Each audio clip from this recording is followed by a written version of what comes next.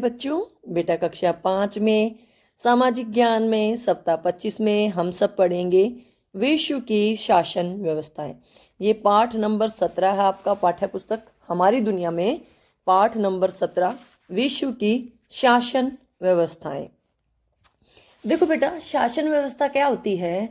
जिस देश में जैसी राज प्रणाली हो, कहीं पर राजा का राज होता है, प्रजा, ठीक है, वहां पर उसको बोलते हैं राजतंत्र। समझ गए बात को? लेकिन जहां पर लोग सरकार को चुनते हैं वहां पर बोलते हैं यार लोकतंत्र, लोगों का तंत्र। समझ में आई बात?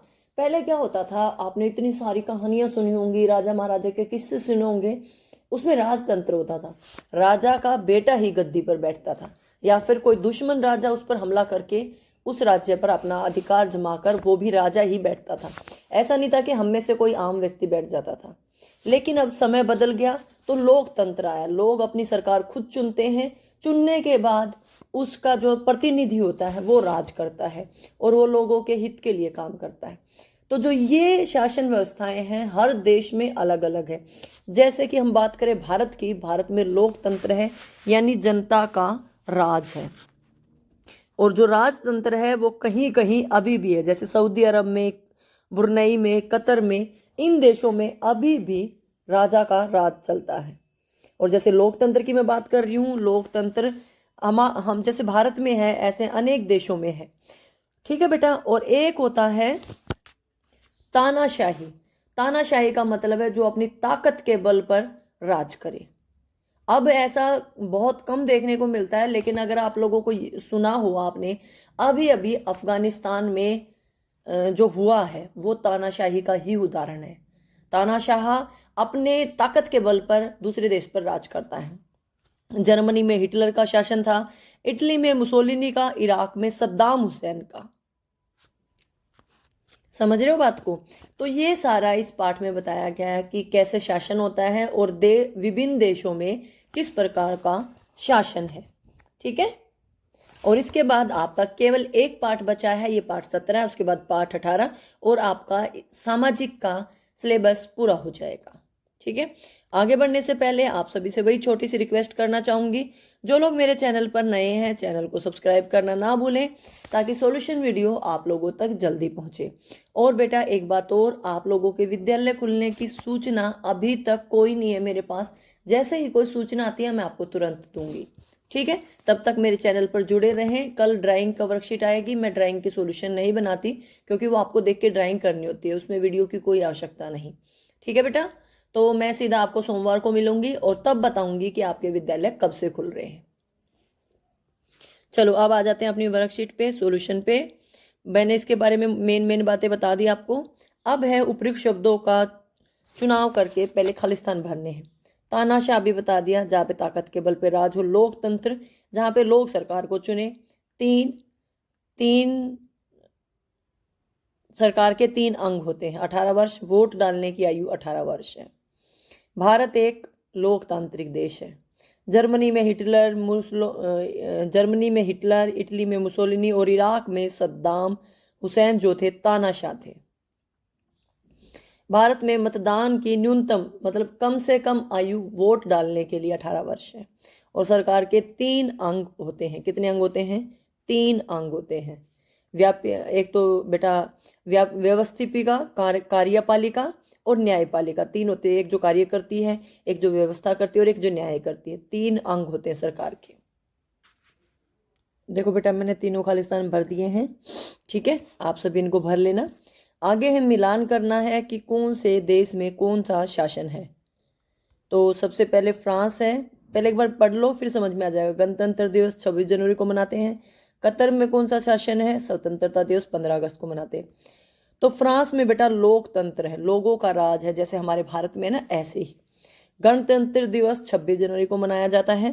कतर में मैंने आपको पढ़ के शुरू में ही बताया था, जहां पर राजा का शासन और राजतंत्र वो है।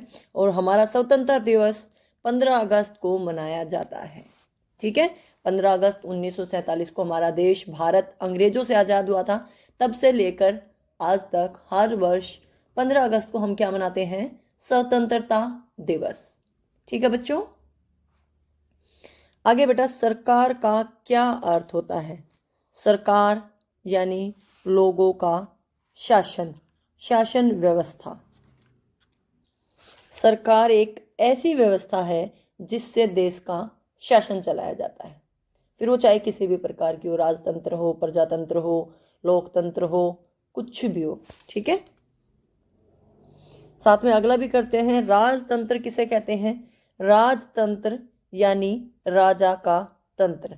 राजा के बाद उसका बेटा ही राजा बनता है। कानून बनाने में और लागू करने में जनता की कोई भागीदारी नहीं होती, उसको कहते हैं राजतंत्र। दोनों प्रश्न कर देती हूं मैं आपके लिए। देखो बेटा, मैंने आंसर लिख दिया है। सरकार का क्या अर्थ है? सरकार एक ऐसी व्यवस्था है जिससे देश का शासन चलाया जाता है। राजतंत्र वाले का अगले पेज पे लिखेंगे, यहाँ पे जगह नहीं है। ठीक है, तो आप सभी बच्चे इसको लिख लो और इसको पूरा कर लो। सरकार का क्या अर्थ है, खालिस्तान और मिलान करो भी कर लेना। ठीक है,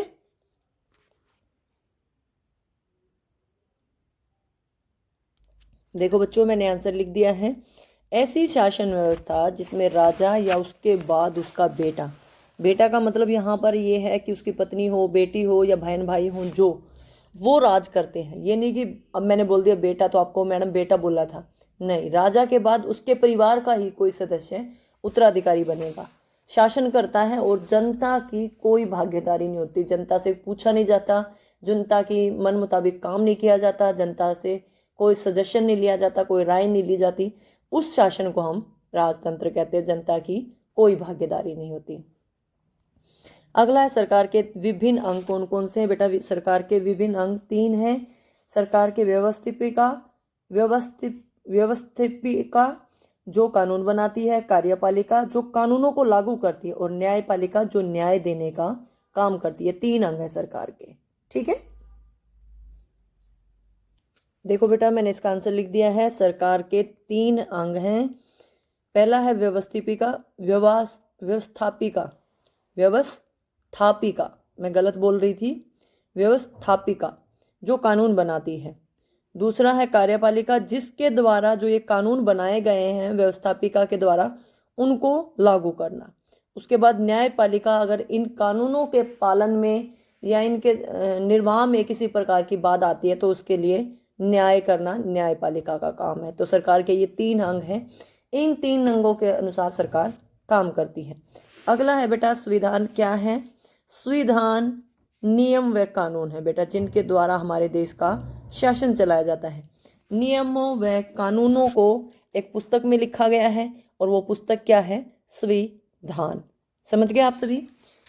देश को चलाने के लिए जो नियम व कानून है, या शासन को चलाने के लिए नियम व कानूनों की पुस्तक को हम क्या कहते हैं? संविधान। ठीक है प्यारे बच्चों, संविधान एक ऐसी पुस्तक है जिसमें देश का शासन चलाने के लिए नियम और कानून का वर्णन है, नियमों और कानूनों का वर्णन है। ठीक है, तो संविधान का भी पता चल गया आपको।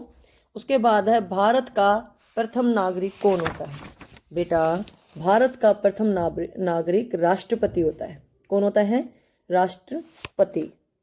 ठीक है, भारत का प्रथम नागरिक राष्ट्रपति को कहा जाता है। और अभी बताओ, हमारा राष्ट्रपति कौन है? श्री रामनाथ कोविंद। तो जिस समय जिसका जो राष्ट्रपति होता है उस समय वही भारत का प्रथम नागरिक होता है। स्वतंत्रता के समय पर कौन था बताओ? डॉक्टर राजेंद्र प्रसाद। उस समय पे वो राष्ट्रपति थे, और आज के समय में रामनाथ कोविंद जी हैं। ठीक है, ठीक है बच्चों, मैंने इसका आंसर लिख दिया है। भारत का प्रथम नागरिक राष्ट्रपति होता है। यहाँ पे आपका वर्कशीट का सारा कार्य पूरा हो गया है। उम्मीद करती हूँ समझ में भी आ गया होगा बेटा। मैंने अपनी तरफ से पूरी कोशिश की है कि आप सभी बच्चों को सारा काम समझ में आ जाए। एक बच्ची रोज मुझे कमेंट कर रही है, मैम तेज बोलो तेज बोलो। क्या ऐसा है कि आप लोगों को आवाज़ नहीं आ रही? मैंने उसको उस दिन भी बोला था, बेटा आप अपने फ़ोन की वॉल्यूम बढ़ाओ, क्योंकि मैं पूरी कोशिश करती हूँ और मैंने खुद अपने फ़ोन में चेक किया है वीडियो को। जब मैं इसको चलाती हूँ तो पूरी वॉल्यूम करने के बाद पूरी आवाज़ आ रही है। ठीक है, तो बेटा आप जो भी हो प्लीज़ फ़ोन की वॉल्यूम बढ़ाओ। जब वीडियो चलती है तो साइड से जो आवाज़ वाला बटन है उसको वहाँ से आवाज़ को बढ़ाओ। अगर फिर भी नहीं आ रही तो मुझे फिर से कमेंट करना, फिर मैं कोशिश करूंगी, और आज मैंने थोड़ी कोशिश भी की है कि थोड़ा और ऊंचा बोलने की, ठीक है। और आज हम जीवन कौशल में सीखेंगे हाथ धोना। प्यारे बच्चों, हमें बीमारियों से बचने के लिए अच्छे तरीके से हाथों को धोना चाहिए, जैसे खाना खाने से पहले, खाना खाने के बाद, शौचालय जाने के बाद आदि। ठीक है। आप लोग हाथ कैसे धोते हो? सबसे पहले हाथों को गीला करना है, फिर साबुन लगाना है, फिर साबुन को अच्छी तरह से हाथों के आगे पीछे, उंगलियों पे और हथेली पे, हथेली के पीछे वाले भाग में अच्छे से रगड़ते मसलते हुए सभी कीटाणुओं को नष्ट करना है। 20 सेकंड तक कम से कम आप लोगों को हाथ धोने हैं। ठीक है, अच्छे से मसलते रहिएगा। फिर आपको उस साबुन को पानी की सहायता से साफ करना, पूरा साफ करना है। फिर साफ कपड़े से या साफ तौलिए से अपने हाथों को पोंछना है। अपने हाथों को, अपने शरीर को या अपने कपड़ों को रगड़कर नहीं पोंछना है। घर में कई लोगों की आदत होती है पर्दों को हाथ साफ करने की, तो घर में लगे पर्दे, चादर वगैरह से हाथ साफ ना करें, क्योंकि उन पे भी धूल मिट्टी हो सकती है। समझ रहे हो बात को? क्योंकि मैंने देखा है बहुत सारे लोगों की आदत होती है अपने घर में जहाँ पे भी कोई कपड़ा हो या अपने हाथ साफ अपने कपड़ों को कर देते, जो कि गलत बात है। ठीक है, तो आपको ऐसा नहीं करना है। समझ गई ये बात? चलो, और आज आपको क्या करना है, हाथ धोने के बारे में, अच्छे से हाथ धोने के बारे में अपने माता पिता को, अपने बहन भाई को, अपने परिवार के सदस्यों को बताना है। साथ ही एक छोटी सी वीडियो बनाकर हाथ धोने से संबंधित अपनी कक्षा अध्यापिका को भेजनी है कि मैम ऐसे हाथ धोते हैं, ताकि उन्हें भी पता चले कि जो आपको सिखाया जा रहा है वो आपको कितना समझ में आ रहा है। ठीक है, वर्कशीट का सारा कार्य पूरा हो गया है। आगे बात करेंगे अब हम संस्कारशाला की छोटी छोटी मगर बड़ी बातें।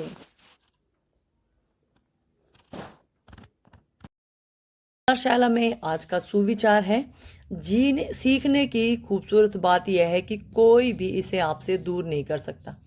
देखो बेटा, अगर आप कुछ सीखते हो और अगर आपने वो सीख लिया तो कोई आपसे ले सकता है उसको? नहीं ले सकता ना। जैसे आपने रोटी खाना सीखा है, कोई आपको भुलवा सकता है? नहीं भुलवा सकता ना। तो इसकी सबसे अच्छी बात यही है, यही बात हमारे जीवन में ज्ञान, विद्या, पढ़ाई पर लागू होती है। आपने जो कुछ सीख लिया उसको कोई भुला नहीं सकता, ना ही कोई आपसे छीन सकता है। पहले ये कहावत प्रचलित थी कि केवल विद्या एक ऐसा धन है जिससे कोई आपको छीन नहीं सकता।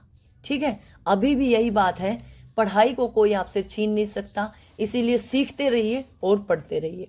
क्या खाना पीना है? सर्दियों में अपने खाने को हमेशा गर्म करके खाएं।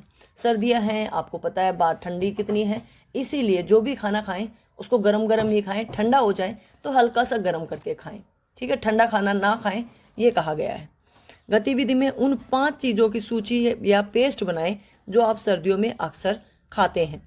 सूची बनानी है, पेस्ट ना बनाएं, पेस्ट गलत हो जाएगा, पेस्ट बनाने से वो चीज़ें बेकार हो जाएंगी। सूची बनाएं, नाम लिखें उनके, हम क्या क्या खाते हैं। मूंगफली खाते हैं, तिल खाते हैं, गुड़ खाते हैं, और गज्जक खाते हैं, रेवड़ी खाते हैं, गाजर खाते हैं। जो चीज़ें सर्दी में खाई जाती हैं, ऐसी 5 चीज़ों के आप लोगों को नाम लिखने हैं। ठीक है, मैंने कितनी सारी बता दी हैं, किन्हीं 5 के नाम लिख लीजिएगा। खेल, शब्द के अंतिम अक्षर के साथ खाने योग्य वस्तुओं का निर्माण करें। आपको क्या करना है, आज जो खेल खेलेंगे, जो शब्द अंताक्षरी खेलेंगे, वो सिर्फ खाने वाली चीज़ें होनी चाहिए। कैसे? जैसे इन्होंने दिया है, टमाटर से शुरू करना है, टमाटर।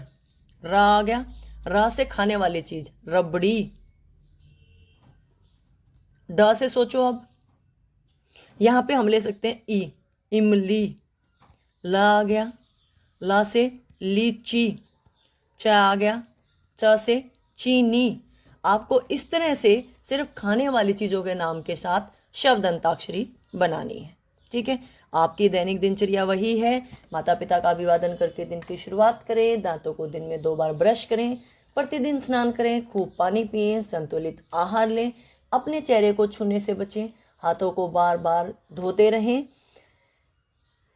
अपना गृह कार्य समय पे पूरा करो। जो आज आपको वर्कशीट मिली है, इसका काम जल्दी से पूरा करके अपनी टीचर को भेज देना। बहुत आसान वर्कशीट है, बहुत छोटी सी वर्कशीट है। हमेशा सामाजिक की वर्कशीट बहुत छोटी आती है।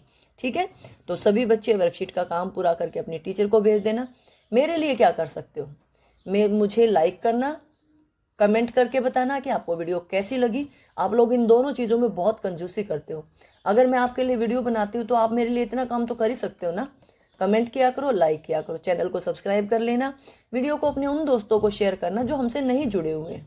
ठीक है बच्चों, वीडियो देखने के लिए आपका बहुत बहुत धन्यवाद।